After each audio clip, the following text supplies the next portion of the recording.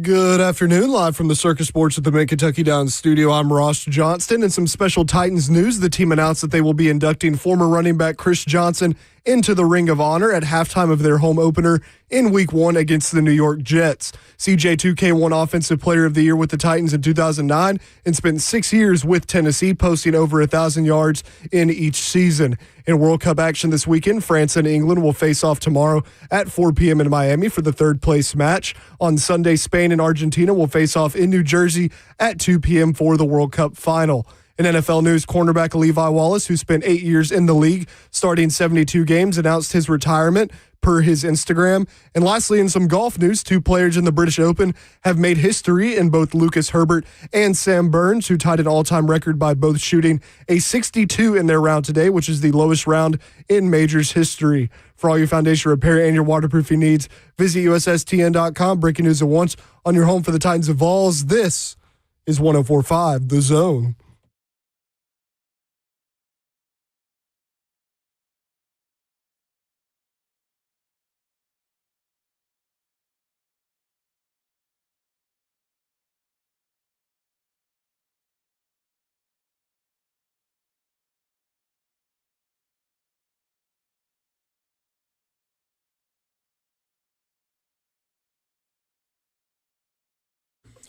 Cover 2 with Blaine Bishop and Zach Lyons here on 104.5 The Zone, powered by All Four Seasons Garage Doors. 615-737-1045 is the number. Blaine's still out today. He's on vacation. I feel like my liver's on vacation right now. But it's almost a sunglasses show. Like maybe I should be wearing sunglasses right now to help with the headache and the lights in here shining in my face, because celebrated 41 and handled a hangover like I'm 51. That's what it feels like. That's what it feels like. Got Ross behind the glass as well. And you said it right off the rip. Tennessee Titans to induct Chris Johnson into the Ring of Honor. And this is a great move. Hopefully, come September 13th, that is Robert Saleh revenge game, home game, and of course Chris Johnson. But if I were the Jets, I'd just forfeit. Don't even show up. Don't say that one, Kroll's back here, our station Jets fan. You might as well just not even show up, because that there's no way. I'm saying it right now. I don't know what the odds are. They're winning that game. They better. And I'm so glad that Chris Johnson's getting into the Ring of Honor. Obviously selected by the Titans in the first round, 24th overall of the 2008 draft. He spent 6 seasons in Tennessee and stands as one of the most electrifying, yeah, I was right the first time, electrifying players in franchise history. Chris Johnson's 2009 campaign remains among the greatest in NFL history as he rushed for 2,006 yards, becoming just the 6th player to eclipse the 2,000-yard mark and earning him the nickname CJ2K. He had 503 receiving yards, establishing the current NFL record of 2,509 yards from scrimmage. During his time with the Titans, Johnson earned 3 Pro Bowl selections. It was named NFL Offensive Player of the Year in 2009. He finished his Titans career with 7,965 rushing yards, ranking 4th in franchise history, and reached the 1,000-yard rushing mark in 6 consecutive seasons. Testament to his consistency as one of the league's premier offensive weapons during that time. He also scored 58 touchdowns for the Titans, ranking 4th in franchise history as well. This is a quote from Amy Adams-Strunk. Chris Johnson holds a special place in the hearts of our organization, our fans, said Titans controlling owner Amy Adams-Strunk. His stats speak for themselves, and he will forever remain a leader in our record books. But the man behind the yardage deserves just as much celebration. We look forward to welcoming him home on September 13th and officially inducting him into the Titans Ring of Honor. So good news right off the rip for a Good Friday here. Well-deserved. I feel like more players need to be in the Ring of Honor. We need to start speeding this up. There's a log jam. Kind of like the Hall of Fame, it feels like. they don't, but they don't do this every year. It feels like let's add. I get adding Chris Johnson, obviously, and maybe pushing Chris Johnson ahead in the order. There's a lot of players that still need to be inducted to the Titans Ring of Honor. I don't understand why this process itself plays out as slow as it does for this franchise. I think there's some current players, too, that I would put in there. I mean, you got to obviously wait for their careers to end, but you think about Derek, I would say Kevin Byard should probably go in there, Jeff when he's done playing. But, yeah, I'm with you. Like, I'm glad they sped this up to go ahead and get him in, and it's very well-deserved. It's also cool to me. I know it's about the Titans, and it should be, but that it's a game against the Jets, which is another franchise he played for, just how it works out. I think that's really cool, and I think it's going to be an amazing experience for everyone that goes to that week 1 game. I mean, you got all the excitement of a new era of Titans football starting that day. It's obviously just week 1 in the NFL in general is super exciting. But then you add CJ getting his due that day and getting recognized and honored at halftime. It's just going to be a very special afternoon over at Nissan Stadium for a lot of people. It's going to be awesome. Like, and I'm glad that's kind of being done in the stadium in its last year of being around and being used, that it's being done there because, that's where his career was. That's where right? he played, yeah. Yeah, so, like, this is a fitting send-off, and I do think they're doing some things that are some good fitting send-offs of Nissan Stadium, but I think inducting Chris Johnson is obviously top of the list. I mean, they got the rotating players on the sidelines, familiar faces that have only played in that stadium, some of them. So, like, to me, it's a good time to go ahead and do it, and I hope that everybody shows out for that game. And I know it's the first game anyway; most people show out, but we also know a lot of Titans fans like to sell those tickets, and this seems like a perfect opportunity for Tennessee Titans fans that are within the sound of my voice right now to man up. And just keep your tickets and go to the game. And if you cannot make it to the game, give it away to a Titans fan. That house, new era, like you said, Chris Johnson getting inducted. It's a beatable team in the New York Jets. There is absolutely no reason for Titans fans not to pack out that place. And if there's more Jets fans and Titans fans there, or even an equal number, you guys should be embarrassed of yourselves. If you guys have season tickets, you should be embarrassed for yourself. And by the way, we saw it a couple years ago when the Jets came down here. Their fans will travel. Yeah. They maybe don't have as much hype this season as they did going into that season, but that New York people love coming here. They love migrating to the worst state that we have in America, allegedly in Tennessee. They love coming down here. Yeah. So there will be plenty of Jets fans trying to make the trip. So we definitely got to pack it out and make it loud in that first game. Plus, like, the chance to start the season 1-0, we haven't done that since the COVID year. Like, yeah. We got a really strong chance to start 1-0. That's exciting to me. Yeah, I mean, absolutely. And this is just, it's time to kind of embrace the new era, obviously, but also for the older fans that have only known LP Field, Nissan Stadium, Adelphia Coliseum, which is obviously still the best name is the Coliseum, which it should be the name of this new one, but Nissan can't get out of its own way. Even if it's Nissan Coliseum, just call it Coliseum. Hope they're listening. Stupid Nissan. They're stupid vehicles. But anyway, you got to appreciate this point in time and appreciate this first opening game. They're doing everything they can, I feel like, to make sure that Titans fans have a reason to come and watch the Tennessee Titans play. So I've spoken to a few Titans fans over the last, 2 or 3 weeks who say they used to go to the games all the time, but because their job is stressful, they're tired of spending their Sunday stressful. But this is a good time to go ahead and just jump in, even if this is maybe the only game. Titans fans have to pack out that house. They have to. Because it'd be ridiculous not to. It'd be ridiculous to have Chris Johnson get inducted to the Ring of Honor and half those are Jets fans. Like, just, incredible. You just make sure that if you guys do not want to go or sell your tickets or give away your tickets, tag me in a tweet or something, and I'll retweet, and we'll find Titans fans to take them, because that's what needs to be done for this first game. And on the Titans side, let's get some more players in the Ring of Honor. Like, what are we really waiting for? I mean, they've been slow moving it anyway. You know, why? And listen, I'd say it if he was here, but why isn't Blaine Bishop in the Ring of Honor?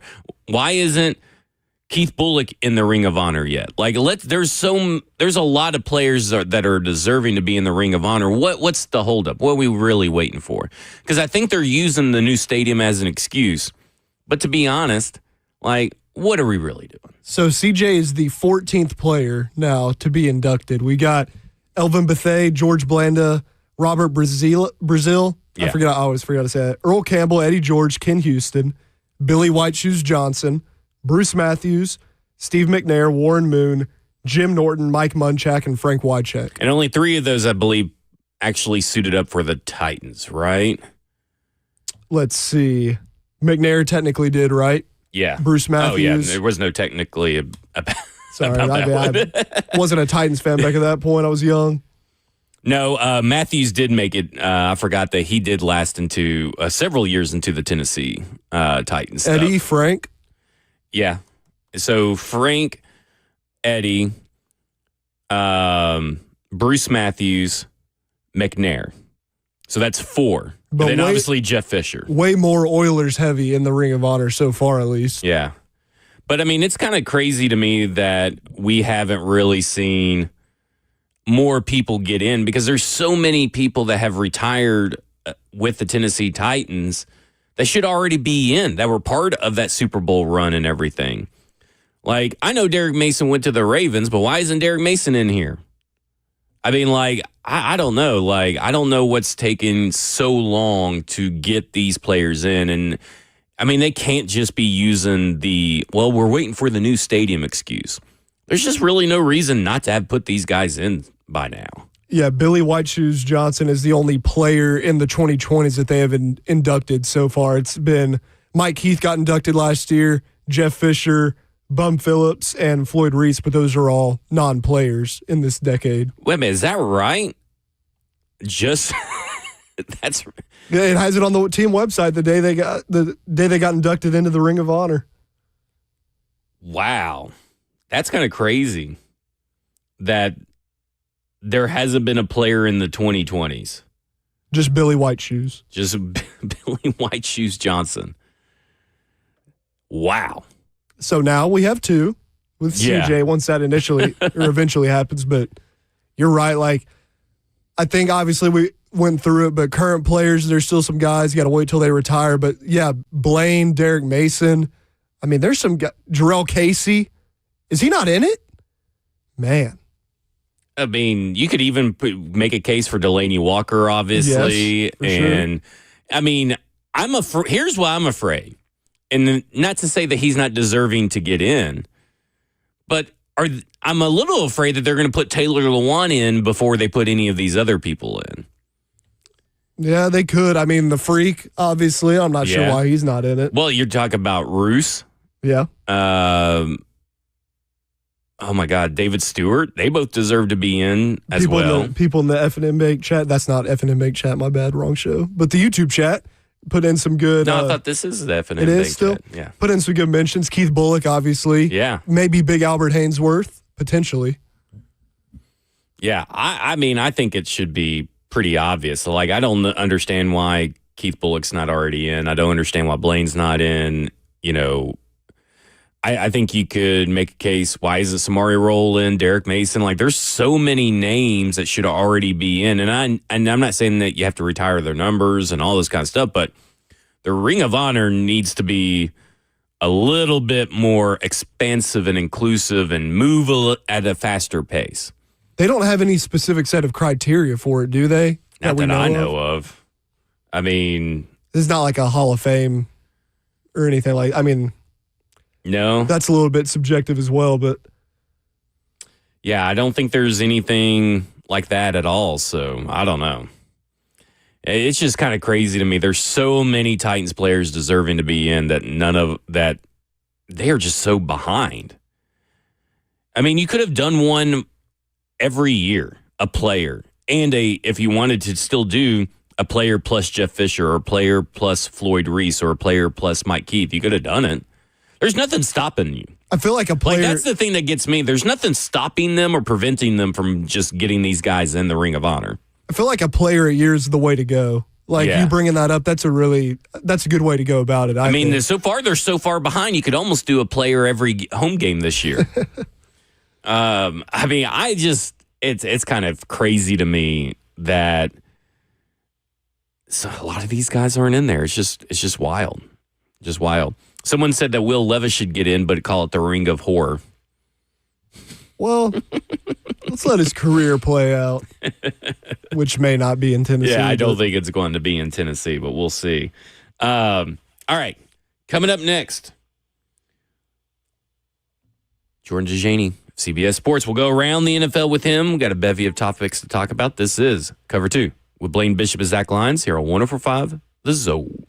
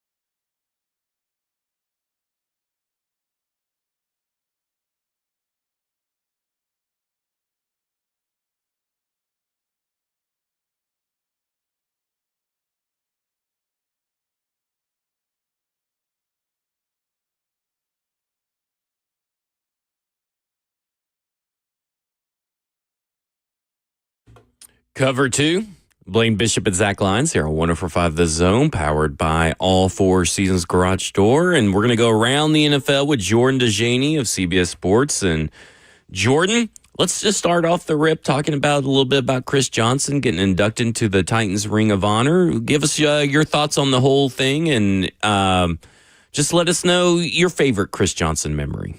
What's going on, Zach? Hope you had a happy birthday, my man. Thanks for having me on the show. Yeah, easy decision, right? Chris Johnson going into the Ring of Honor. He's a top 40 rusher in NFL history, I think. We all know he went for 2,509 total yards in 2009. That's still a record that stands today.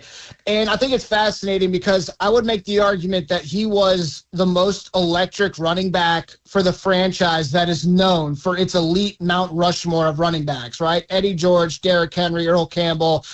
Chris Johnson ranks fourth in franchise history in rushing, but I found it interesting he ranks second in rushing yards per game. And, if you were to ask every Titans fan for their top 5 players in franchise history, I would guess that Chris Johnson is going to be on a lot of people's lists. He's certainly on mine because he was this legitimate home run hitter that was capable of scoring from anywhere on the field. And during that 2009 season, I was a kid, but I remember saying the rest of the league has no idea that we have the best running back in the NFL right now. He closed out that season with 11 straight games of 100 rushing yards, I think, had 13 total touchdowns during that stretch.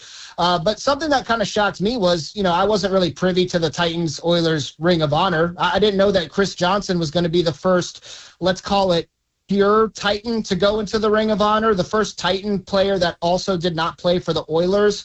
I think he's the first inductee since Billy White Shoes Johnson in 2023. So everyone agrees this is a great move for the organization, and he certainly needs to be remembered as one of the legends for this franchise. All right, let's shift gears to the bigger NFL world. And Roger Goodell is eyeing an NFL game in Japan, which should be no big surprise. But he has about 10 other countries on the radar. And is there just going to be at some point that the NFL's played a game in every country in the world? Yes. The NFL is trying to take over the world. And I think under the collective bargaining agreement right now, which runs through 2031, I believe, the NFL can only have 10 international games per season. They have 9 this year, and I think they're moving to 10 in 2027. And I'm sure that's going to be an issue they're going to be debating when the new CBA rolls around. But Roger Goodell has not he's not hid his feelings about this. He wants there to be 16 international games per season. He wants every single team to have the opportunity to play somewhere special during the course of the regular season. And I know that puts a lot of struggle and fatigue on the players. That's definitely something the NFLPA is going to be talking about, but that's kind of the direction we're headed in. And when I wrote this article about Japan, I came across something that I never knew about. Did you know back in the day the NFL used to play what was called an American Bowl game? Like there were these preseason matchups in the late 80s that rolled through, I think, 2005, where teams would play preseason games in crazy places like Tokyo and Osaka, Japan. I had no idea about that. They played in West Berlin in 1990 and Sydney, Australia in 1999. I thought the NFL's adventure into international play was somewhat of a new thing, but apparently it's not. Yeah, Japan's like one of those bucket lists. Like if the Titans end up playing in Japan, I'm finding a way to get out there for sure. Yeah. I like London, I'm all right. But like if you're going to Japan, and I'm definitely not going to Australia with all those like 150 things that can kill you down there. But I'm definitely going to go to Japan if that is a possibility for the Tennessee Titans. Doug Peterson. He's in the news because he's saying that the Raiders should go ahead and start Fernando Mendoza immediately. We know with Bryce Young and all these other players that, listen, quarterback development isn't linear. There's really not a one-size-fits-all. But what do you think about this idea that they got Kirk Cousins, that they should go ahead and just start Fernando Mendoza? So I thought this was one of the more fascinating stories I came across this week because we all know the Raiders are going to be trotting out Kirk Cousins week 1. Some of the best quarterbacks in the game started their careers on the bench, whether it's Tom Brady, Patrick Mahomes, Aaron Rodgers, whatever, right? It seems like the logical course of action. Get your guys some reps in practice, have a veteran above him to teach him the ways of the NFL, and he'll be more prepared when he's inserted into the starting lineup. It all makes logical sense, right? Well, Doug Peterson came out and said, no, if you are absolutely sold on on this rookie quarterback, of course, a number 1 overall pick, being the future face of your franchise, what you want to do is get those growing pains out of the way early. And Doug Peterson actually did this with Carson Wentz back in the day. Remember, they had Sam Bradford on the Eagles, and they ended up changing course and trading him away, I think, to the Vikings, so that Carson Wentz could be the quarterback as a rookie. And he brought up that Sean McDermott of the Buffalo Bills back in the day when he drafted Josh Allen. Sean McDermott apparently reached out to Doug Peterson and said, what do I do with this quarterback? Should I start him right away? Should I go get a veteran? And Doug Peterson said, no, if you are sold that Josh Allen is your face of the franchise, then you play him immediately. And sure enough, there were some growing pains with Josh Allen, but he quickly morphed into the star we've all come to know and love. So I think it's a really interesting debate. I think Doug Peterson made some good points, because I was firmly on the side of let's let Kirk Cousins start the season and see what happens. But I thought Doug Peterson made some pretty cogent points. It's very interesting because, I would have been a big fan of Cam Ward if he would have been able to be, sat for like the first 4 games or something, but they had Brandon Allen, so you can't really do that. They basically left themselves with no out, in that situation, right, especially after Will Levis opted to have surgery late in the season. But I don't know. I get where Doug Peterson's coming from, but I think I'm still team Kirk Cousins for the first few weeks. Well, Jordan, don't you think that just with Tom Brady having control in that organization, that it's a guarantee Fernando sits for a decent period of time? Yes, absolutely. Since Tom Brady definitely has some say in that organization, I think that he's definitely calling the shots and said, this is what we do. But I think that Zach brought up a good point with Cam Ward. The last season, obviously, was not a very fun one for Tennessee Titans fans. And, I'm thinking of, just because I watched that quarterback documentary this week, think about all the things that Cam Ward probably picked up on and how that is going to pay immediate dividends for him entering year 2. That is true. I mean, all that you can't manufacture experience. So that is right. The one thing that you could say about Cam Ward's first year is that he got to experience a whole lot in the NFL. Speaking of Cam Ward, quarterback is on Netflix. Now don't spoil anything because I'm only 3 episodes deep. But what's been some of your takeaways from Cam Ward in that documentary? Yeah, CBS locked me in a dark room and forced me to watch 7 hours straight of the quarterback documentary just to see if there was anything noteworthy we could write about, which was kind of a fun day. It was a lot of watching. And, granted, I did binge the whole series in 9 hours, but I thought the ending wasn't nearly as good as the beginning parts of the documentary in the middle, because think about it. Joe Flacco goes back to the bench when Joe Burrow returns to the lineup. Jaden Daniels was shut down for the year. Cam Ward is on one of the worst teams in the league, and Baker's Bucks fall apart due to injury. But speaking of Cam Ward, I'm sure you guys have talked about this scene a lot, but, in that first episode, I thought it was pretty crazy that a rookie quarterback in his very first game asked for the script with the game on the line, and Callahan just kind of allowed him to pick the play. And Ward took over. He's like, give me the vanilla or give me the pearl and tell me quick, and that's what we're going to do.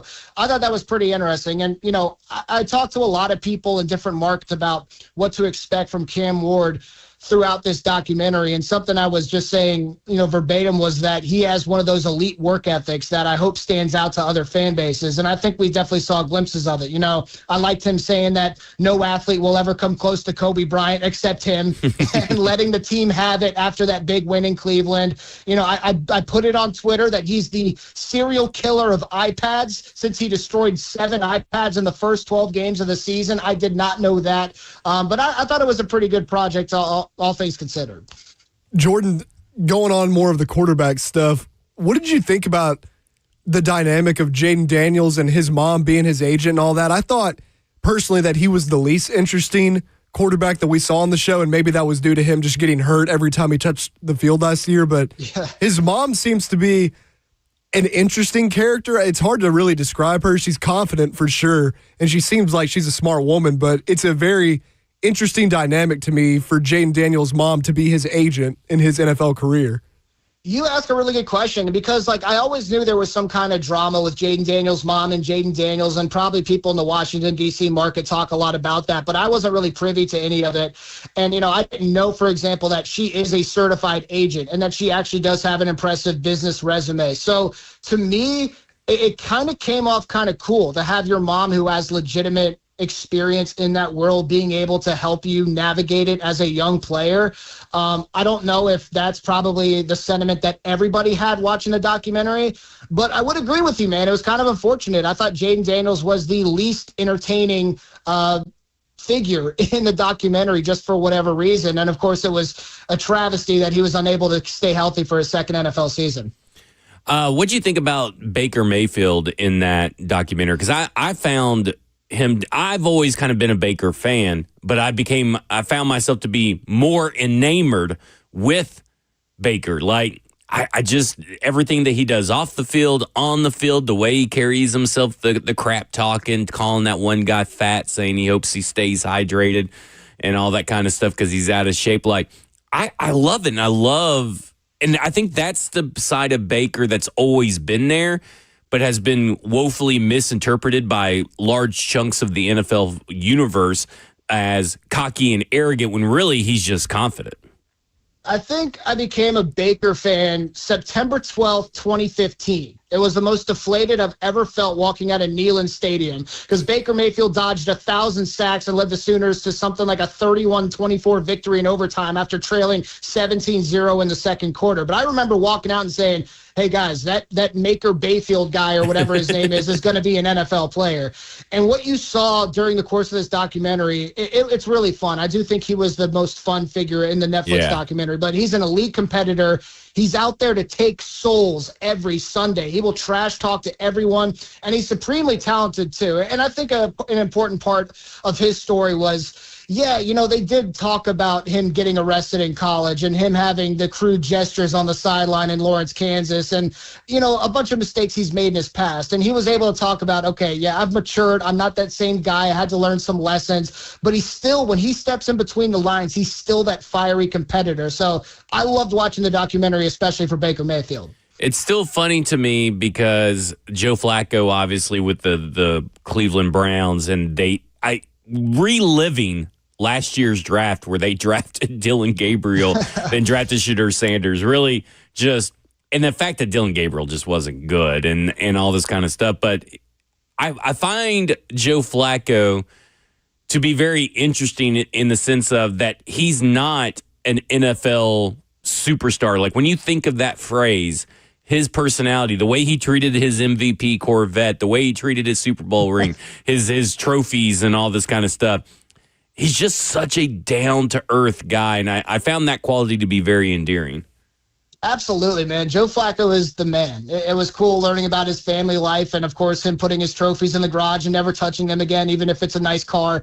But, I was thinking, the Netflix, they're so lucky they had that Joe Flacco storyline, like him starting off so poor in Cleveland. Then he gets traded to Cincinnati, and then he's like working on the fly, trying to learn an entirely new offense. He can't get the play calls correctly, even though he's in primetime against Pittsburgh, leading them to a big victory. Like, that was a really cool behind-the-scenes thing to see. And I think what really kind of rubbed off was the professionalism that this guy has. Like, quarterback is one of the toughest positions in the world, and this guy has it down to a science where even if he's thrown into a new situation altogether, he's good enough and smart enough and has enough experience to find success immediately. So I thought that was pretty cool.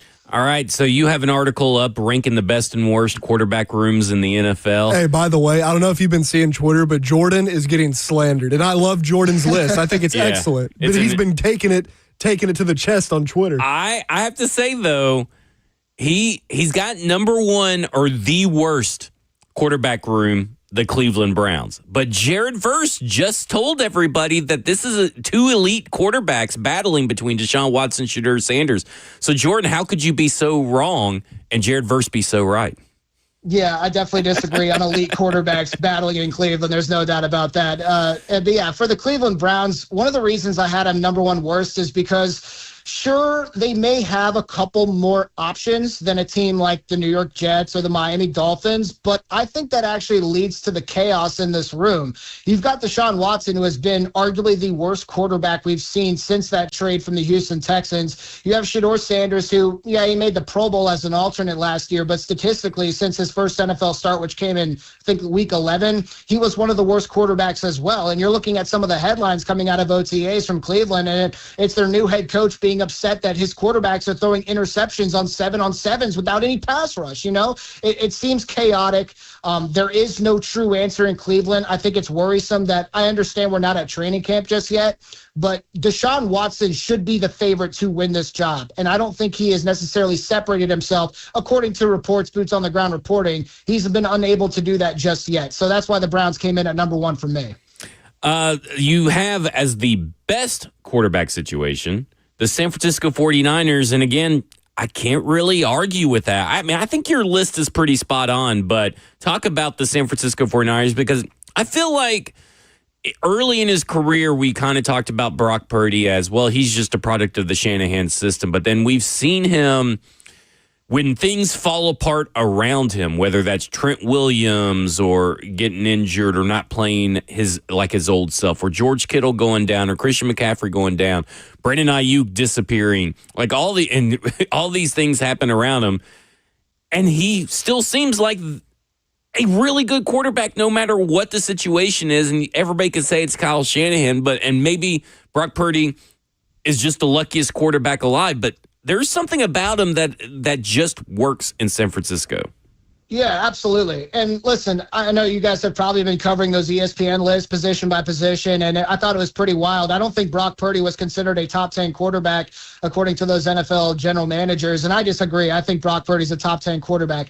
It is very true that he fits like a glove in the Kyle Shanahan system. I understand Brock Purdy's not Lamar Jackson or Josh Allen, but the way he layers his throws and runs a schematic with what San Francisco does is pretty elite. So I think Brock Purdy's a 10 quarterback or top 10 quarterback. The reason they came in at number one is because I believe the 49ers have the best backup in the game as well with Mac Jones. I think he really showed last year that he can be a legitimate starting quarterback. He stepped in, went 5-3 as the starter. That includes that famous Week 5 upset of the Rams in Los Angeles on Thursday night in overtime. Had 342 yards and 2 touchdowns. It was pretty remarkable. But the other team that was in debate to go to number one over the 49ers was the Bengals, because Joe Burrow, as we know, is undoubtedly a top 5 quarterback. Joe Flacco, I think, is one of the best backups in the NFL. We talked a little bit about him. So the Bengals and 49ers, in my opinion, have the best quarterback rooms in the league. One of your worst quarterback situations is the Miami Dolphins, who Malik Willis and Quinn Ewers and Cam Miller and Mark Gronowski. There's been a lot of talk that Quinn Ewers is looking pretty good this offseason, at least in shirts and shorts, and that Malik Willis hasn't looked as good or as comfortable yet. Now, listen, I don't think anybody's going to make the mistake of thinking that either of these guys are in the right situation with those supporting cast weapons. But, I mean, that is kind of alarming that Quinn Ewers is kind of making I wouldn't say a push to start, but at least pushing Malik Willis. Yeah, I would agree with that, and maybe I'm wrong, and Quinn Ewers is actually a diamond in the rough. Who knows? But, looking at their quarterback room as a whole, Malik Willis, I think, is one of the biggest storylines entering training camp because, as you mentioned, he needs to show that he is the top quarterback in that room. He was the most intriguing quarterback in free agency. The Miami Dolphins lands him. But he's fascinating because, you look at his tape, I think Kurt Warner talks about this, is that Malik Willis didn't have a lot of legitimate dropbacks over the past 2 seasons with the Green Bay Packers. It might be like 20-something legitimate dropbacks when it's not quarterback runs, screens, quick slants, whatever it may be. We're talking about legitimate dropbacks. So is Malik Willis ready for this opportunity? And on top of that, Malik Willis, this opportunity comes with one of the worst teams in the NFL, or expected to be one of the worst teams in the NFL. What is the likelihood that the Dolphins are going to be drafting somewhere in the top 5 and they're going to have the opportunity to take someone like Dante Moore, CJ Carr, Lenore Sellers, whoever it may be in this, what we presume to be a loaded draft class coming up. So even if Malik Willis can show some flashes, I'm curious if he can do enough to hold on to the job and keep the Dolphins from drafting a quarterback really high in 2027. Josh Allen was number 1 in those quarterback rankings lists of the top 10 on the ESPN. Agree or disagree with that? Yep, I think if you're asking for my top 5 quarterbacks, Josh Allen would be number 1. I'd probably have Patrick Mahomes, number 3. I'll put Matthew Stafford 2 ahead of Mahomes. Joe Burrow 4, Lamar Jackson 5 would be probably my top 5. I mean, Josh Allen's a unicorn. What he does from a dual threat standpoint has literally never been seen before in terms of the touchdown production. And I'd also point out that he's doing it with kind of lackluster weapons. I mean, I love James Cook and I love Dalton Kincaid, but his wide receiver 1 was Khalil Shakir, I guess, and Keon Coleman. Now he's got DJ Moore in the fold, so that'll be interesting to keep an eye on. But Josh Allen, to me, if I have to pick any quarterback in the NFL, I'm definitely rolling with that guy up in Buffalo. Jordan, one more from me. I noticed that the Atlanta Falcons were number 5 in the worst quarterback situations on your list. And obviously, I don't think any of us think that they have a good quarterback situation, but I wanted to see if the OTA footage that we got out of Atlanta, did that impact your decision-making, putting them on that list at all? Because it wasn't pretty, to say the least. No, it didn't, but that's a funny question. I agree. But, I mean, it's kind of crazy the pushback I'm getting from Falcons fans and sports hosts down in Atlanta. They seem like relatively comfortable with the options they have at quarterback, and I just vehemently disagree with that. I mean, Michael Penix Jr. was a really fun prospect coming out. Was surprised to see him going number 8 overall. But he's 4-8 as a starter. He's disappointed. He's been one of the most inaccurate quarterbacks in the NFL, too. Then you have Tua Tagovailoa. And I think one of the weirdest things of this offseason was an hour after the Dolphins took on an NFL record $99 million dead cap hit just to throw him away, the Falcons showed up to the doorstep of his agent with a bouquet of flowers ready to offer him a new contract. That was something that I would have not done if I was a decision maker in Atlanta. Tua Tagovailoa fit really well in that scheme with Mike McDaniel for a couple of years, but there's no questioning that he's regressed over the past couple seasons. So it's a big question if he's going to be able to resurrect his career under Kevin Stefanski.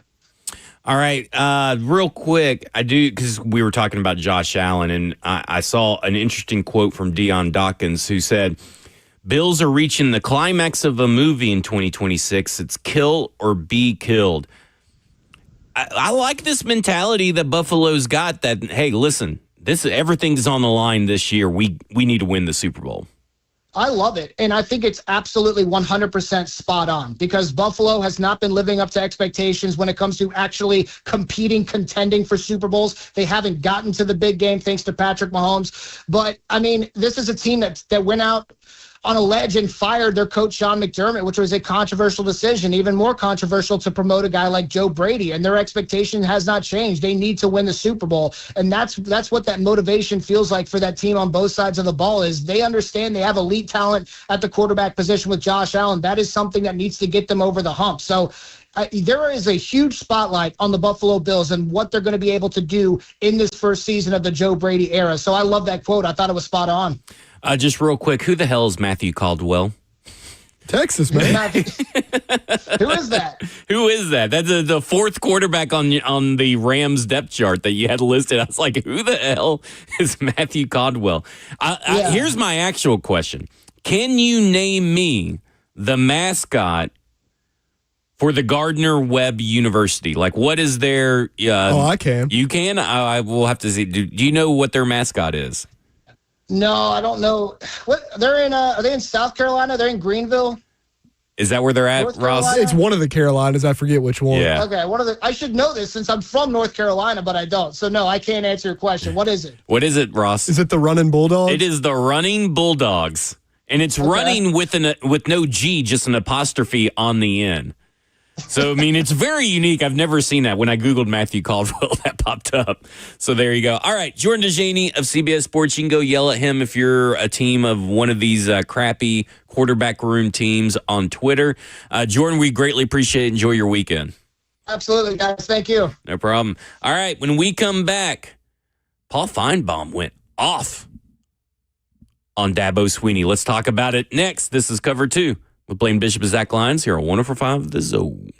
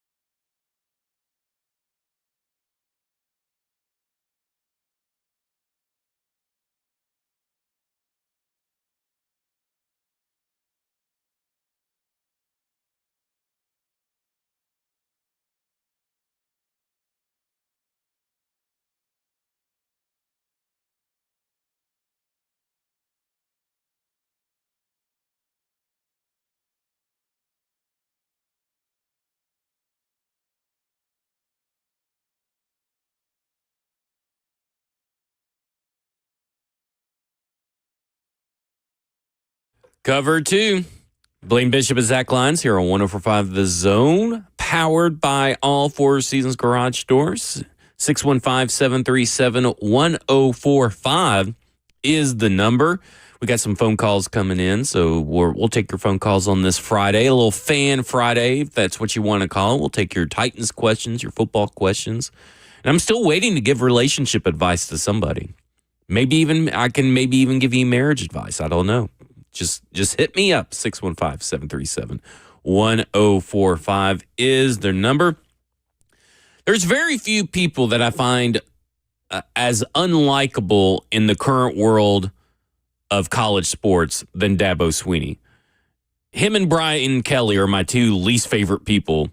And I think you probably throw in Hugh Freeze if you want to as well. You don't like Dabo?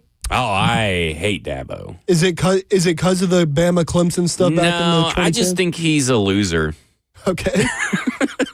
I don't like him, but I don't hate him or anything. I'm just I feel like his approach though, he's trying to stand on this and it's just that's my thing is I think that he's one of those flash in the pan head coaches. And I have a hard time when I got so excited for some of the prospects that Clemson had in last year's draft, heading into it. I was like, oh, man, this TJ Parker kid is going to be awesome. And then they all stunk. Cade Klubnik regressed. TJ Parker didn't do anything. Blake Miller was probably the best Clemson player. And I know a lot of people like Antonio Williams and all this stuff. It just didn't feel like – I just think he's a dweeb. I feel like that's what it is. He's a dweeb. Didn't people think going into the year Peter Woods could have been a top 15 pick too? Yeah, I forgot about Peter Woods there as well. But yeah, he's almost dying on this hill of, we're being different. We're not doing the NIL or portal stuff. And look, if you want to separate yourself, I get it.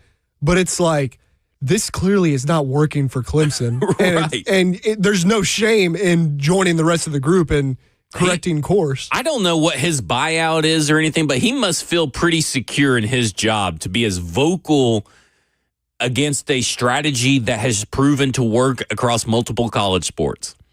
That's my thing. And this is kind of proven to be, you work the transfer portal, you pay a lot of NIL money and all this stuff, and he's not really embracing this change. And as vocal as he's been, it's just kind of crazy that there's not more, pressure on him, because it feels like he's just playing with house money right now, and it's kind of crazy to me. But Paul Feinbaum went off on him today. Was this from Get Up? Yeah, Get Up on ESPN. Get Up on ESPN. And I fully support Paul Feinbaum here.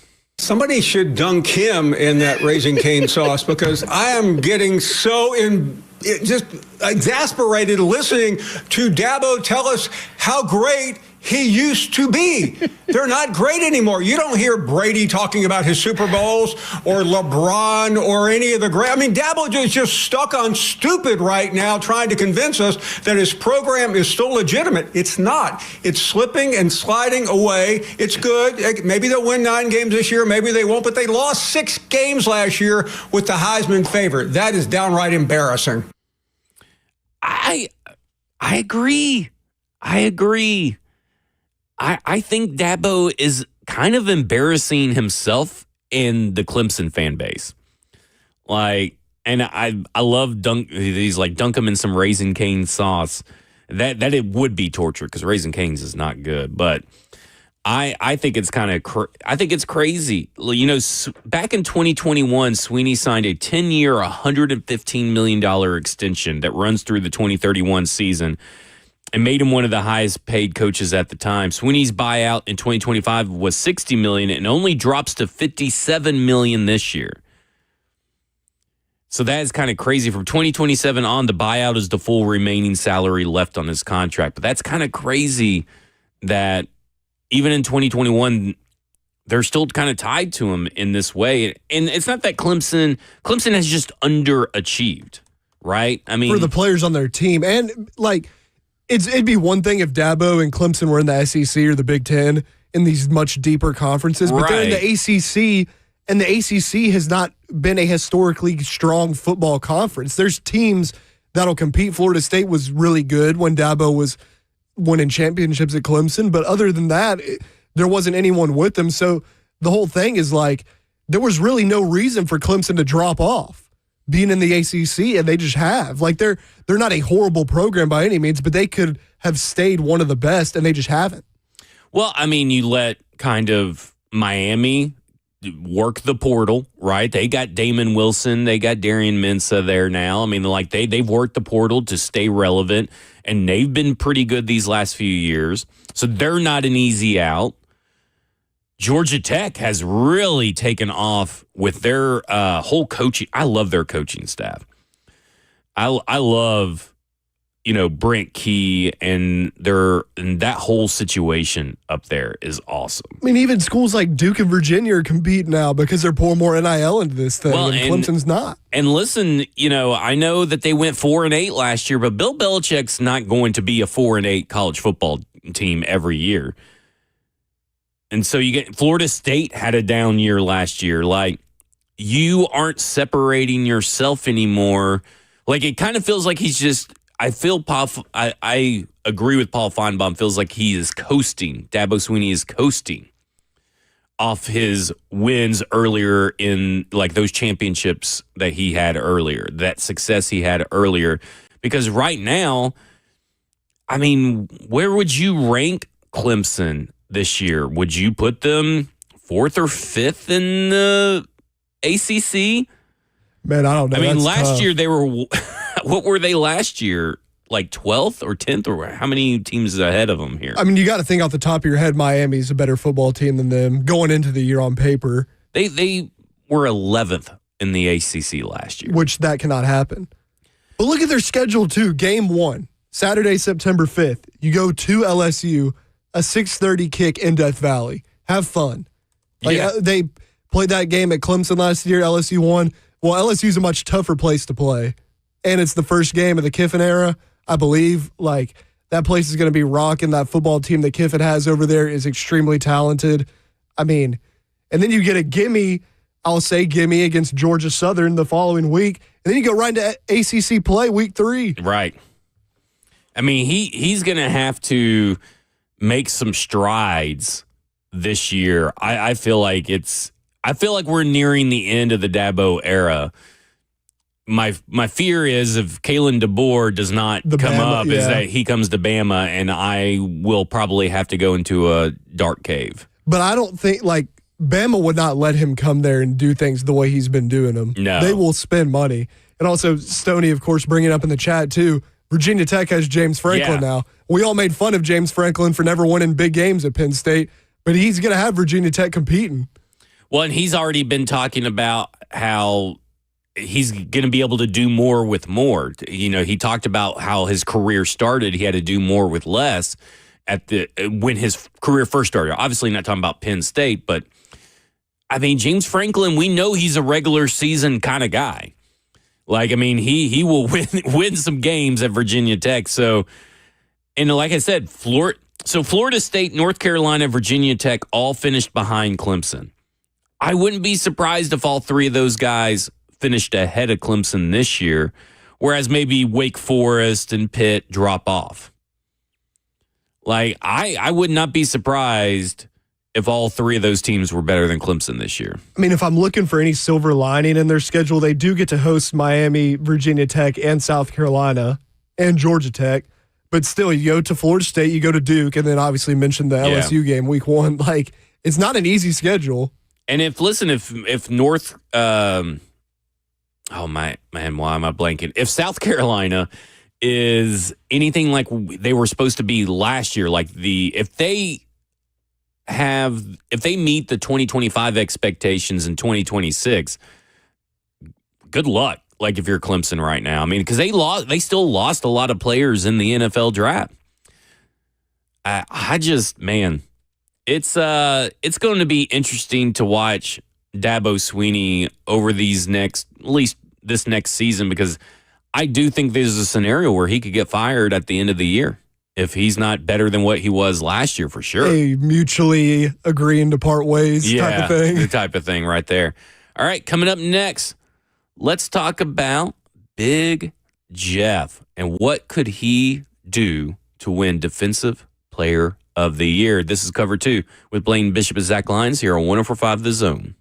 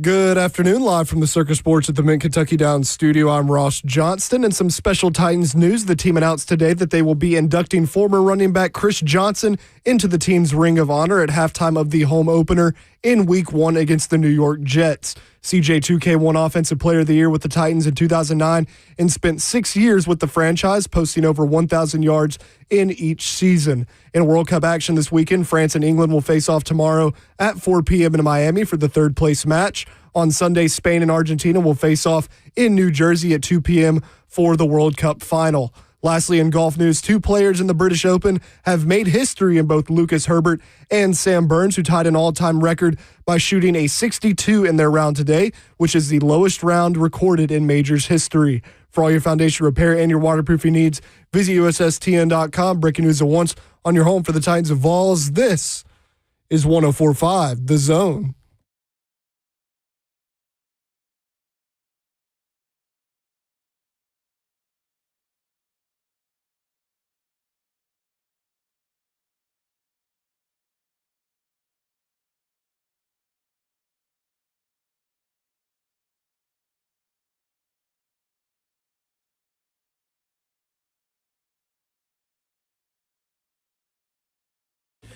Cover 2 with Blaine Bishop and Zach Lyons here on 104.5 The Zone, powered by All Four Seasons Garage Door. 615-737-1045 is the number. Blaine will be back Monday.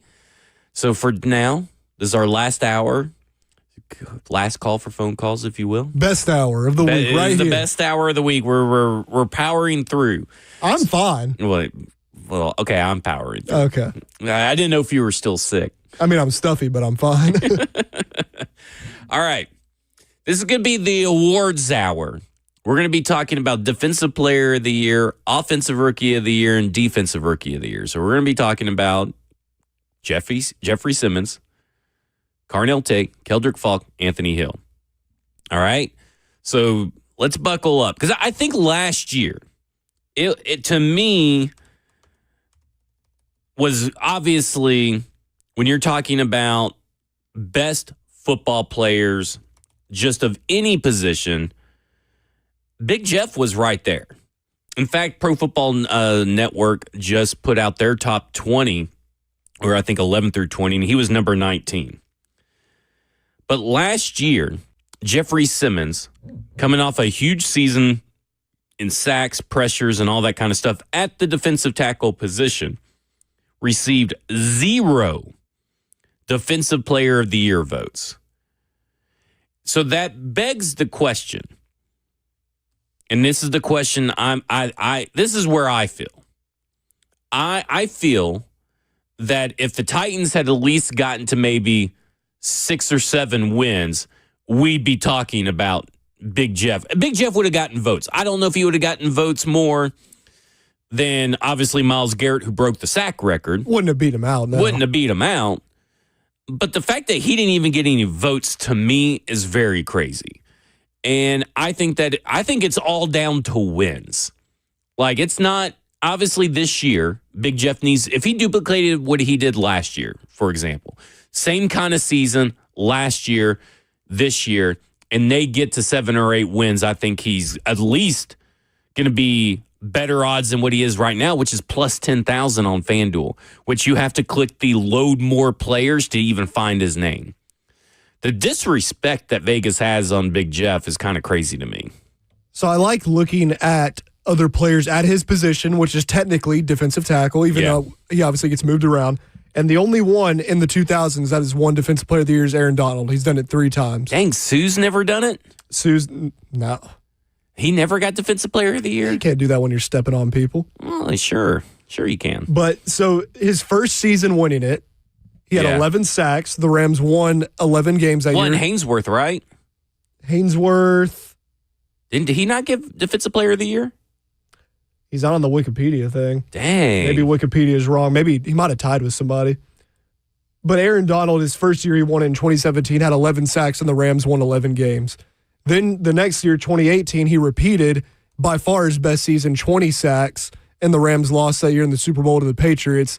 And then in 2020, he had 13 and a half sacks, and they lost in the divisional to the Packers. and the Rams had the number one defense in football.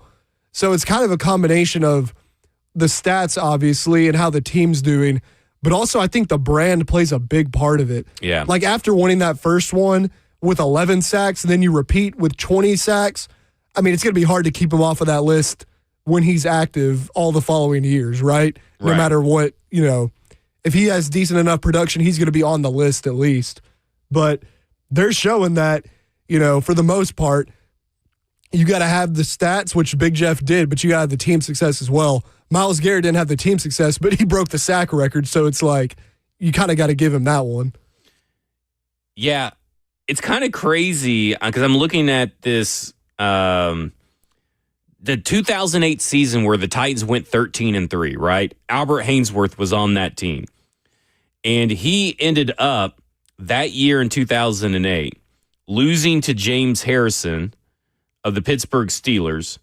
But he only ended up he was in fourth place that year. And you're talking about a team that was 13-3 because of their defense, in large part because of their defense. Man. That's kind of crazy. So now I'm beginning to wonder, I know he was picked number 2 overall defensive tackle, but the players, who cares about the players, top 100? But a lot of people have him in the top 20 players in the NFL for 2025. So if he duplicates it, I think that if they can win some games, he's got to be in there. I'm actually just kind of really floored that Albert Haynesworth. I thought for sure Albert Haynesworth won it that year for some reason. He was named by the Sporting News. That's who named him, but not the official NFL. Gotcha. So with Jeff, man, it's just interesting. Because remember when Derek won Offensive Player of the Year in 2020? Obviously, he ran for 2,000 yards, but the season before, we had gone to the AFC Championship, and he had gotten so much more popularity and just so much more recognition. So you're coming off of that. Jeff gets recognition by people in the league and who go up against him and people who, watch Titans games. But how many people are watching Titans games when you've won 6 games the past 2 years? Yeah, so, it really is probably coming down to brand for the Tennessee Titans because, Myles Garrett has a brand of his own, right? He supersedes the Cleveland Browns. So, that's not a real comparable situation. Myles Garrett has won it twice since he's been in the league. But, it's Myles Garrett. That's the brand. Yeah, well, and he's but I'm talking about also in 2023. Yeah. And so, with Big Jeff, maybe his personal brand isn't quite there yet either, like Myles Garrett's is. Yeah, I think my whole point was say, when it comes down to it at the end of this year, I know this is purely hypothetical, but say Big Jeff has the same exact stats as Myles Garrett, Aiden Hutchinson, Will Anderson Jr., whoever, these top guys, and then all the teams have the same records. Do you think he's winning the award? No, he probably not. finished dead last. Yeah. But it's because of the brand and recognition. They'd rather give it to a Myles Garrett, a Micah Parsons, a TJ Watt, even if everything was the same, than a Big Jeff. Because I do think Big Jeff proved last year, at least in 2025, he was the best defensive tackle in football, but it didn't really matter, right? Because you're not playing edge. Edge rusher. It's just a more sexy appeal to voters, I think. Yeah, because, outside, so it goes Myles Garrett, then Patrick Surtain, who had a fantastic year that year. Myles Garrett, Nick Bosa, TJ Watt, then Aaron Donald, Stephon Gilmore, Aaron Donald, Khalil Mack, JJ Watt, Luke Kuechly, JJ Watt, Terrell Suggs. It's mainly sack getters, right? So, he would almost maybe, not only would the Titans have to win, but he may have to beat out his career high and set a new career high.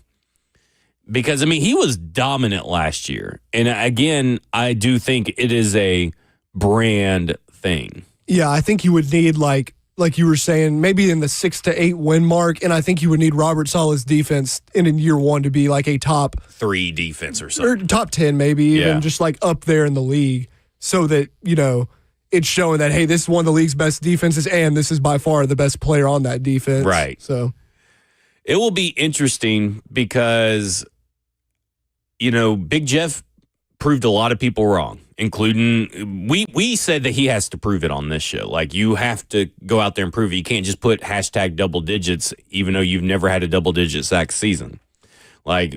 Prove it.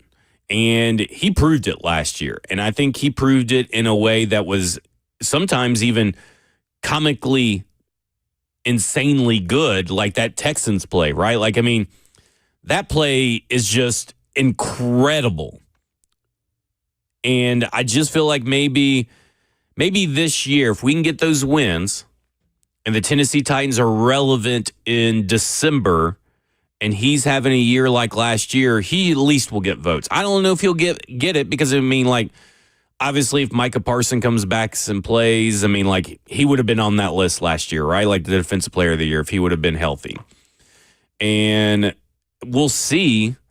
But at the same time, I mean, we need to make sure that we get more respect on Big Jeff's name by the NFL people.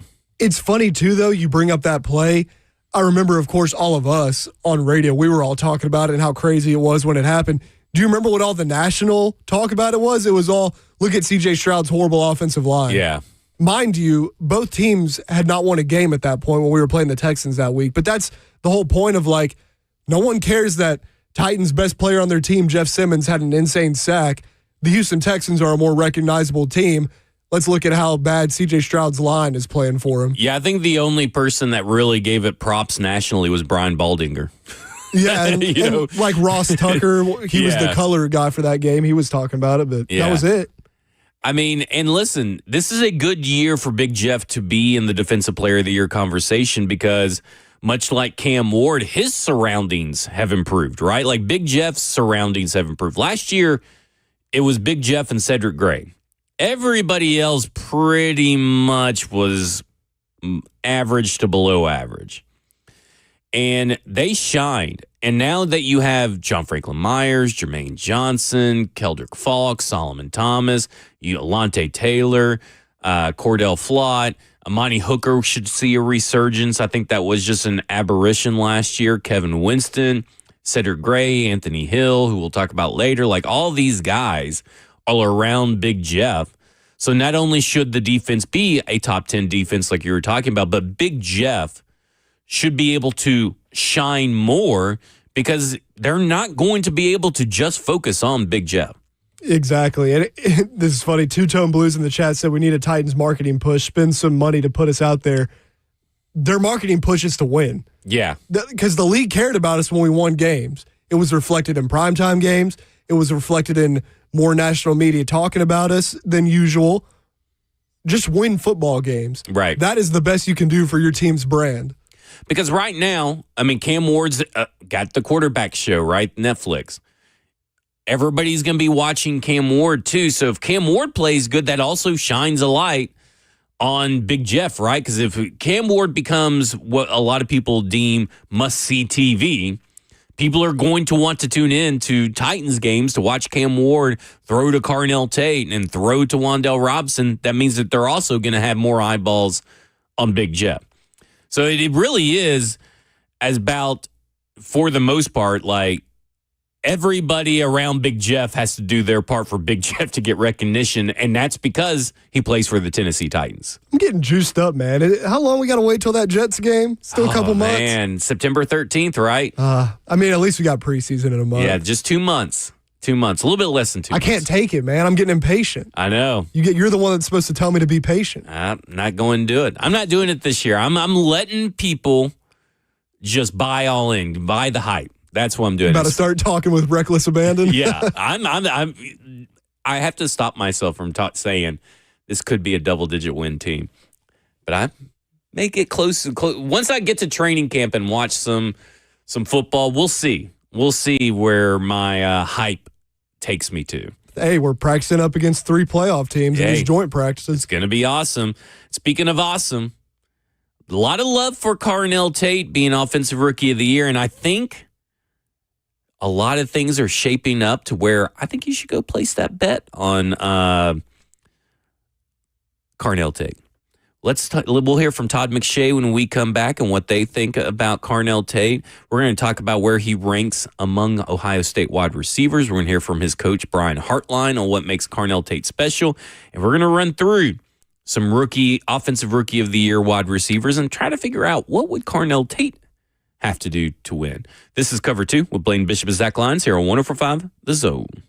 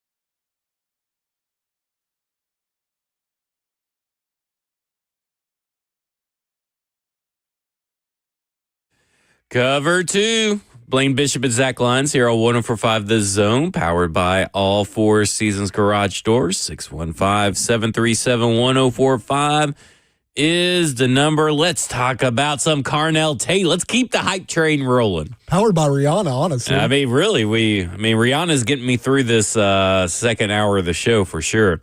Here's the thing about this Carnell Tate. I think he's going to win Offensive Rookie of the Year as long as he stays healthy. And I think there's a lot that goes into it. I mean, obviously you got to rely on the quarterback and the offensive line and play calling, blah, blah, blah, blah, blah.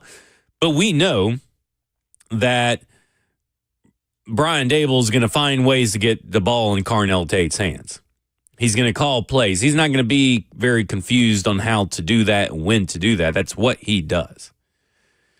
And I think there is a real chance that Carnell Tate will win Offensive Rookie of the Year this year. And I think that's a good bet. I think it's a good bet to make. I mean, right now he is, I think, 4th in the odds on NFL or on FanDuel Sportsbook, plus 650.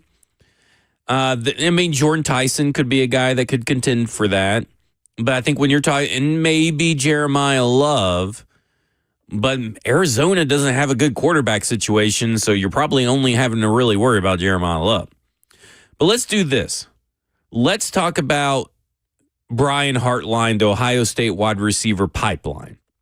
Because I do think it's interesting. Brian Hartline was on Steve Smith's show, and I don't know if we played this clip before or not. We have once, but it's been a little bit. So we're going to refresh your memory on what Brian Hartline said to Steve Smith on what the Titans are getting from Carnell Tate.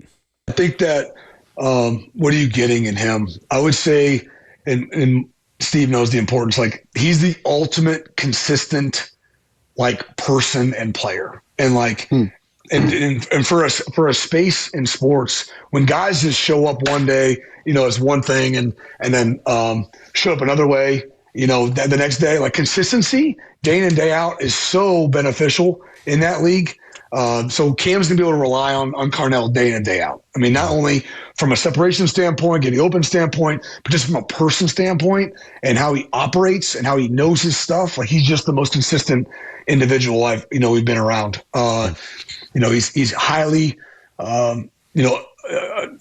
effective when it comes to execution. When you put him in a job description, he's going to get his job done, whether it's blocking and or being reliable on third down. He's an ultimate pro. He's not going to have, a bunch of people probably, on the outside the building and running around. He goes home. He lives a boring lifestyle. He's the ultimate pro. And so he's not like a young, athlete, if you will. He's already veteran, and so he's going to want to know every single spot on that offense. And when he watches film, he's going to grade the lineman too. And that's just how he thinks. I love that. I know. He literally does it all. Man. And he'll be shooting me texts man, do we got anybody else to play left guard or I'm like, hey, Carnell, why don't you just worry about yourself, bro? Yeah. That's why you shorten up your routes. he just is always the ultimate pro, and he's going to be holistically, tied into all of it. Listen, I think that when you're talking about Carnell Tate, and the more that we hear about Carnell Tate from people that played with him, that practice with him, that coach him, the more that you just kind of look at it as this dude is the perfect guy to mesh with Cam Ward. Not only is his skill set unique enough that it fits Cam Ward's throwing, his accuracy issues or minor accuracy issues in some cases, or the go and just get the ball kind of guy. That's what he needs. That's what Carnell Tate does. It's what Cam Ward needs. But also just the way that he approaches the game sounds just like Cam Ward, right? Cam Ward leads a boring life. We've seen it on quarterback. He just goes home, watches film, and maybe plays a couple of video games and all that kind of stuff. And that sounds like what Carnell Tate is.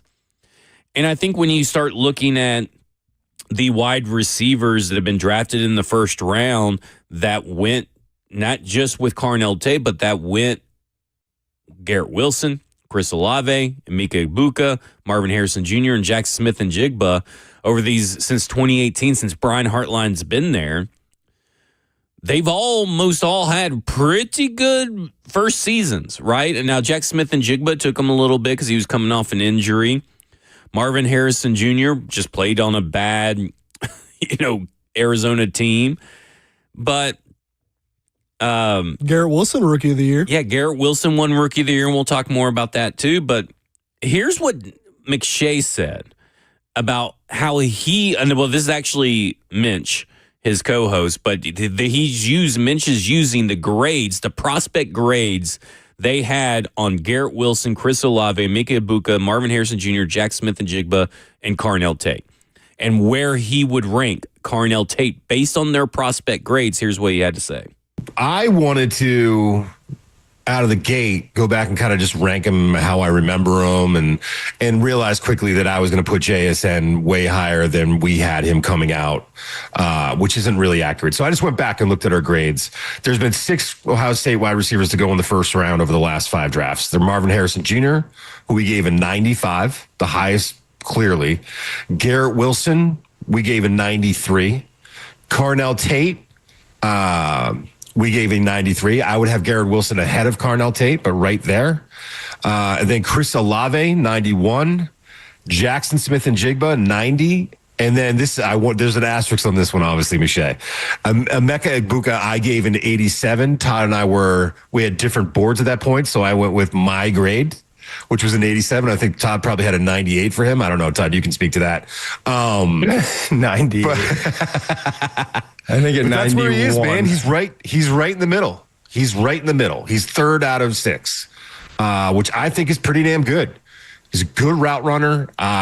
He obviously went a lot higher than some of these other guys, but that's just the way the draft was this year in terms of talent at different positions.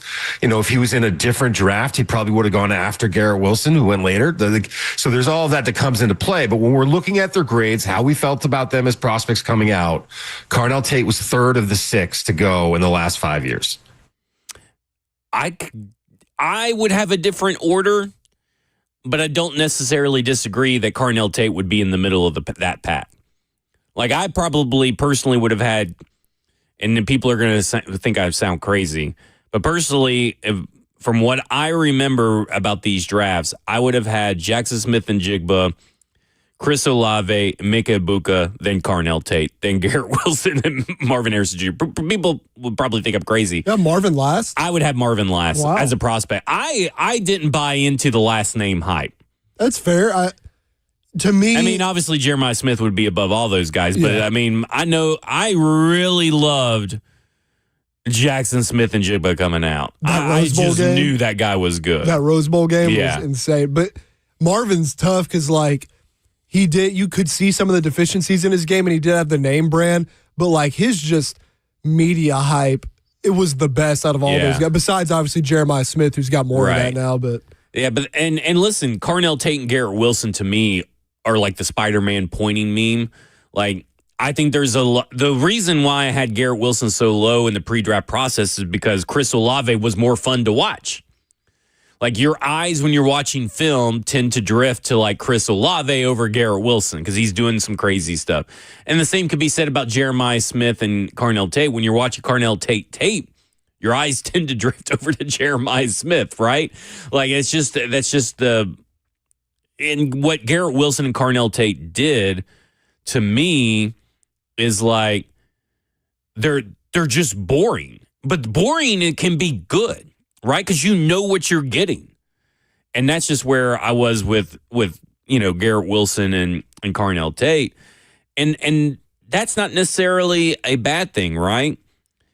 Both Garrett Wilson and Chris Olave got over 1,000 yards their rookie year.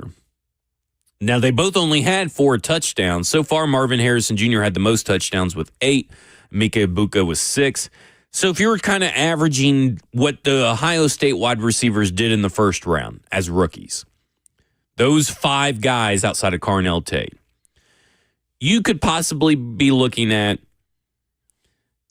69 receptions for 919 yards if you were just taking the average. 13.4 yards per reception, 5 touchdowns, 58% catch percentage, 42 first downs. I'm taking that all day long. Now, will 919 yards get you Rookie of the Year? Probably not. You have to get over 1,000.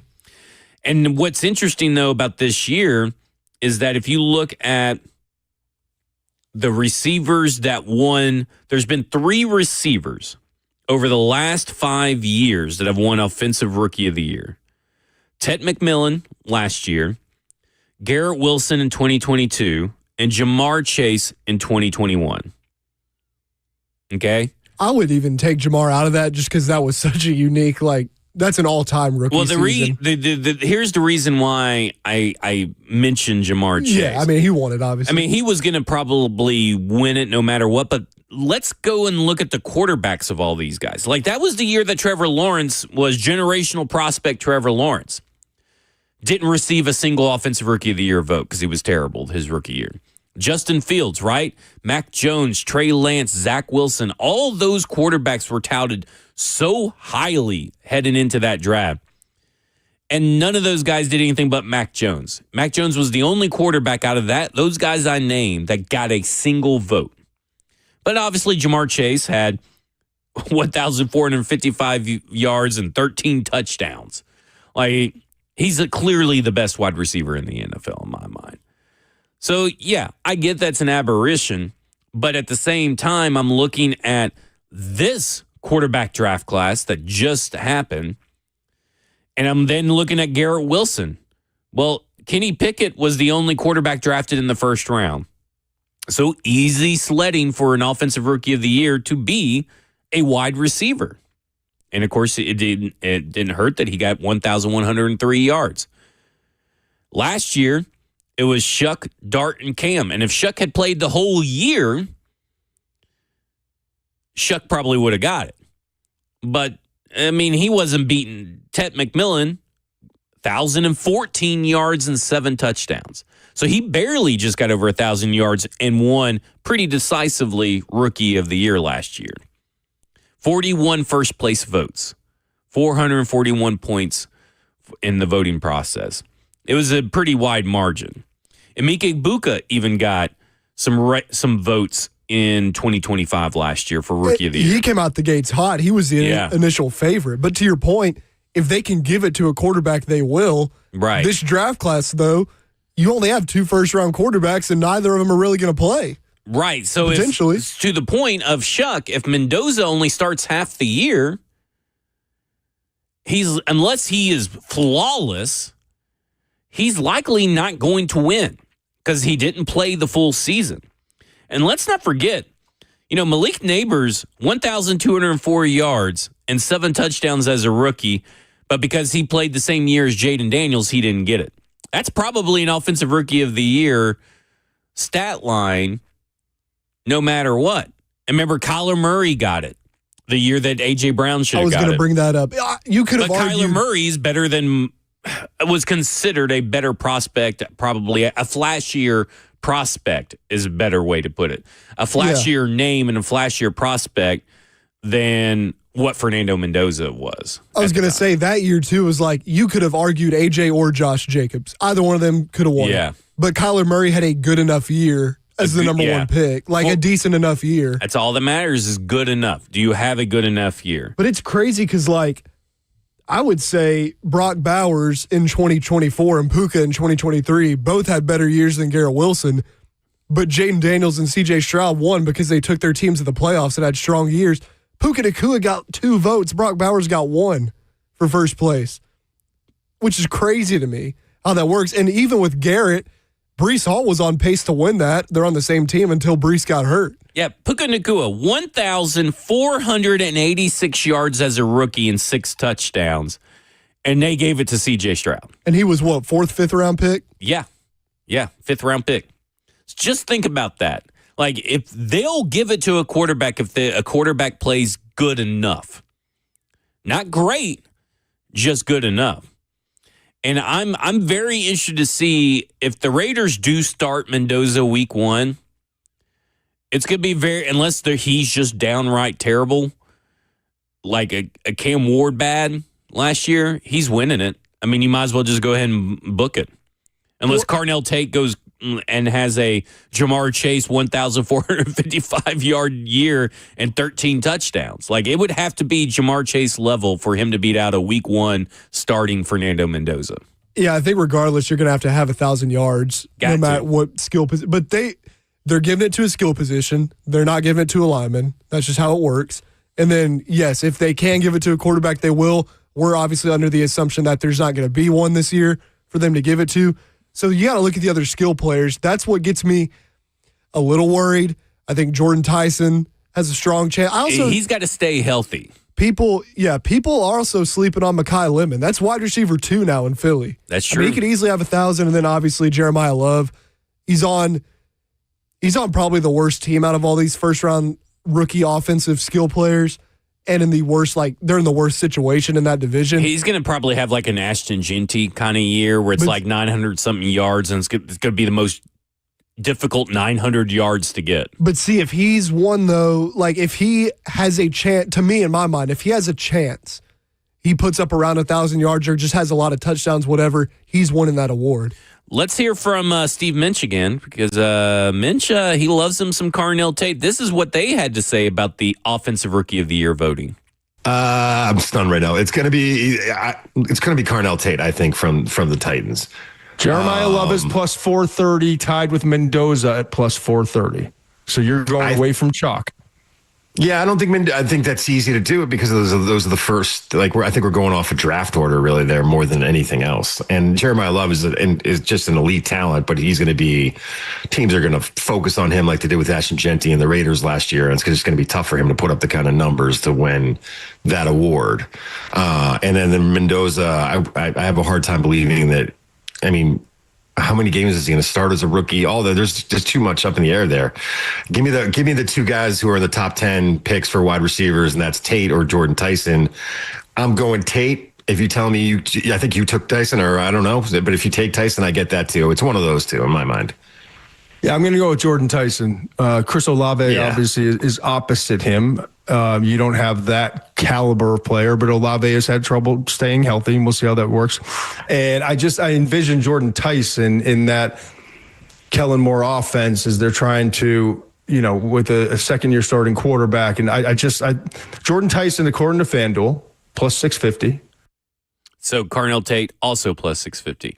And I think Jordan Tyson is probably a good one to pick too and bet on, just because I do agree that, you got the Saints down there. Kellen Moore knows what he's doing. Tyler Shuck will at least be baseline average NFL starter. You kind of know what the floor is with him, and he has Chris Olave opposite as well.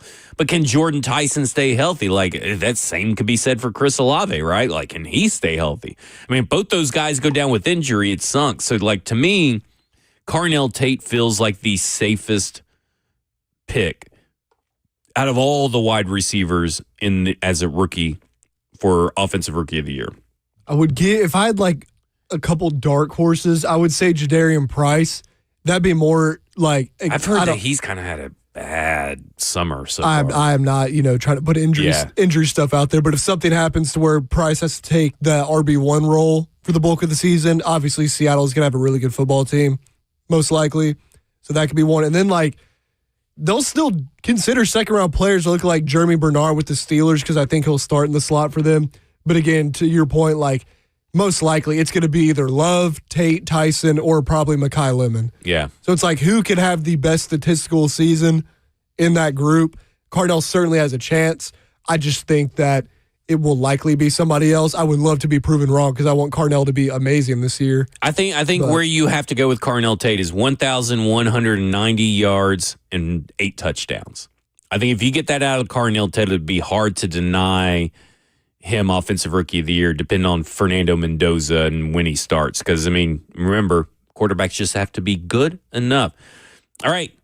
What kind of milestones do Anthony Hill and Keldrick Falk have to hit for Defensive Rookie of the Year? We'll tell you next. This is Cover 2 with Blaine Bishop and Zach Lyons here on 104.5 The Zone.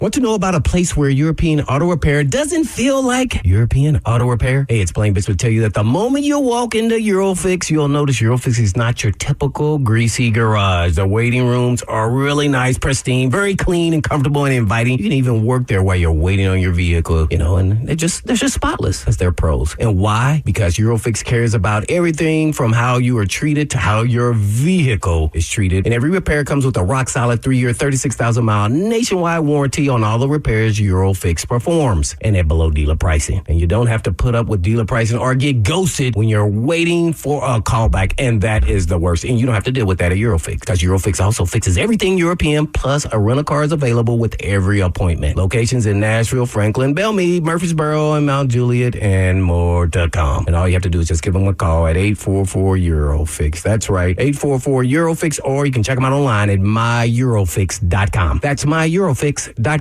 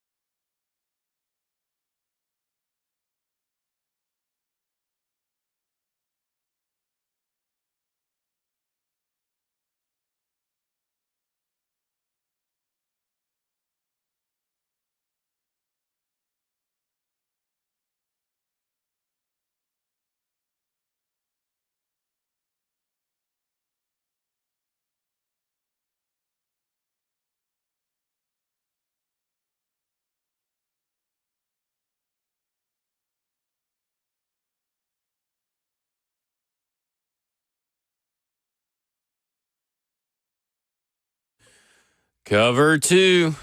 Blaine Bishop and Zach Lyons here on 104.5 The Zone, powered by all Four Seasons Garage Doors. 615-737-1045 is the number. Let's talk about Defensive Rookie of the Year. Saleh has had 2 of the last 7 rookies on his roster, Sauce Gardner and Nick Bosa. Last year, let's start with Anthony Hill. Last year, Carson Swessinger, and then there was a long drought all the way to 2018 till you found an inside linebacker, Shaq Leonard, the Colts. Then from 2018, it was all the way down to 2012 to Luke Kuechly. And then there's a run of inside linebackers from 2006 to 2009, D'Amico Ryans, Patrick Willis, Gerard Mayo, Brian Cushing. Here's the thing. It's going to be about the tackles for losses and the quarterback hits. Maybe the pass defended needs to be up there too, but the sacks really don't matter for these guys that won. Now, Shaq Leonard did get 7 sacks his rookie year, but even when Gerard Mayo won, 0 sacks. When Luke Kuechly won, 1 sack and 1 quarterback hit. He actually didn't have a lot of pressures. But it's about what you're doing. Where's the flash plays? For Anthony Hill, he's going to have to be in the conversation, because this is going to be a tough year for an edge not to win this, right? I mean, even with TJ Parker going to Buffalo in the second round, he's got a real good shot because he plays for Buffalo. He has Gregory Rousseau on the other side of him. Like, that's a really good spot. You got David Bailey, Arvell Reese, and Sonny Styles playing at teams that are in the NFC East. Let's not forget Caleb Downs as well, playing for Dallas, but also Malachi Lawrence playing for Dallas, right? Like, Akeem Mesidor is playing for the Chargers. You have Ruben Bain down at Tampa. Like, these are teams that are going to be in the conversation. And again, it kind of comes down to what the Tennessee Titans are later in the year. But I wouldn't even sleep on Mansour Delane in Kansas City to be something and be in this running. It's going to be very tough for Anthony Hill. Like, Anthony Hill is going to have to have at least 10 tackles for loss, at least 7 QB hits, at least 3 sacks, at least 6 pass defended, and at least 2 interceptions. But good luck. I mean, like, even if you maybe have that stat line, 153 tackles as well, you have that stat line. Again, it's probably going to go to one of those edge rushers, because there's just a bevy of talented edge rushers on teams that will be in the spotlight. And even when you just look at linebacker, you're competing with Sonny Styles. Right. Who, you know. And technically Arvell Reese, if they're the word is that he's going to be an off-ball linebacker. Even potentially, I'm not saying they have much of a chance to win, but like Jacob Rodriguez with the Dolphins, CJ Allen with the Colts, like there's guys in his position group that he's competing with. Also, the thing for me with Anthony, because he's going to need an insane amount of tackles to get it done. Right. Well, how many tackles is Cedric going to get, right? There's only so many to go around. Yeah. I mean, it's going to be real tough for Anthony Hill. And I think just because of the talent that he is anyway, the prospect that he was, I think it's going to be tough for Keldrick Falk. Because we don't really know what position he's actually playing right now. Is he going to be defensive tackle or just a straight-up defensive end? Like, where's the majority of his time spent? I just don't see any way that Keldrick could win it. And it's not like a him thing. Personally, it's more of all these guys that are playing at edge or up front on defenses, these rookies coming in, I would guarantee that 90% of them have a higher snap count than Keldrick does this year. And because of how they're playing that rotation. You know, he may get the benefit of being able to play next to Big Jeff, but Malachi Lawrence gets to play next to Quentin Williams and probably is going to be playing a whole lot. If you kind of looked at it over the years, you'd probably have to have 15 tackles for a loss, about 20 quarterback hits, about 9 sacks, and maybe 2 forced fumbles. Now, if we're talking strictly not stand-up edge rushing and defensive tackle and defensive ends and looking at guys like really Jared Verse, Aaron Donald, Sheldon Richardson, who won in 2013, and Ndamukong Suh in 2011, you're probably looking at, okay, maybe he's got to have 14 TFLs, tackles for loss, 14 quarterback hits. He's still got to have 7 sacks. If he gets 7 sacks, that's a huge win for the Tennessee Titans. A huge win. But again, I just don't know with this rotation if he's going to be able to have the snaps to have the impact that he would need to overcome some, again, seriously stiff competition this year. I'm also struggling looking at these voting numbers to see like what the criteria or what do they look at, because Jared Verse and Will Anderson Jr. both won. There were plenty of other players who had more sacks than them. Right. Like Brayton Fisk is on Jared Verse's team and he had better stats. Yeah. So I don't really know. I think it's about the impact you make. Yeah. More so than anything else. But you're right. I mean, you look at Jared Verse, Will Anderson, even look at Chase Young, Nick Bosa, Aaron Donald. None of them had really outstanding rookie seasons like Micah Parsons did. Micah Parsons had 13 sacks, 30 quarterback hits. Not even Von Miller hit those numbers, and he won Defensive Rookie of the Year. Like, it doesn't. You're correct. The voting criteria is definitely something that I think it just comes down to how much of an impact do you make on your team, and not necessarily what are the stats. Like if Keldrick Falk is breaking up runs and breaking up, pass plays, he may be able to win. But Trey Phipps put it best. It's about being disruptive. So if Keldrick Falk can be disruptive, fast and violent is the motto of this team, he may be Defensive Rookie of the Year. I'm not betting on either of those guys to be Defensive Rookie of the Year at this stage of the game.